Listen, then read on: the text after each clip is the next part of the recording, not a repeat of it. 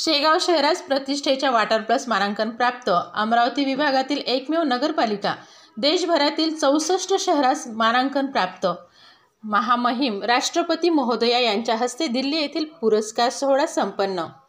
स्वच्छ सर्वेक्षण 2023 या देशव्यापी स्वच्छतेच्या सर्वेक्षणामध्ये शेगाव शहराने आपला दबदबा कायम ठेवला असून ODF श्रेणीतील सर्वोच्च वॉटर प्लस मानांकन शहरास प्राप्त झाले असून अशी कामगिरी करणारे शेगाव शहर आजपर्यंत अमरावती विभागातील एकमेव शहर ठरलेले आहे।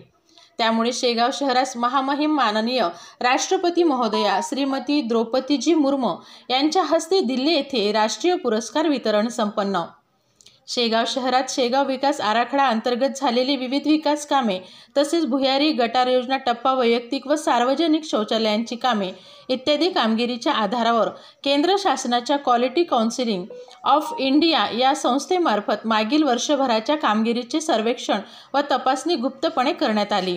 यामध्ये सस्टेनेबल सॅनिटेशन या संवर्गातील ODF श्रेणीतील सर्वोच्च वॉटर प्लस मानांकन शेगाव शहरास प्राप्त झाले आहे।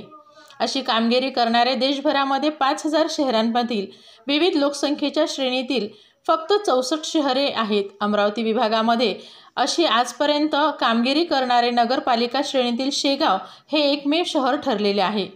हे मानांकन प्राप्त होण्यासाठी श्री संत गजानन महाराज यांच्या पावन समाधी स्थळ असलेल्या व विदर्भाची पंढरी असलेल्या श्री संत गजानन महाराज संस्थान यांचे आनंद विहार, विसावा, आनंदसागर तसेच शेगाव तीर्थक्षेत्र विकास आराखड्यातील सांडपाणी प्रक्रिया केंद्रे, चौक, सौंदर्यीकरण व इतर सोयी सुविधांचा मोठा वाटा आहे। शेगाव शहराने मागील 10 वर्षापासून सुरू केलेल्या हागणदारी मुक्त शहराच्या प्रयत्नामधील टप्प्याटप्प्याने गाठलेले हे वॉटर प्लस मानांकन आहे।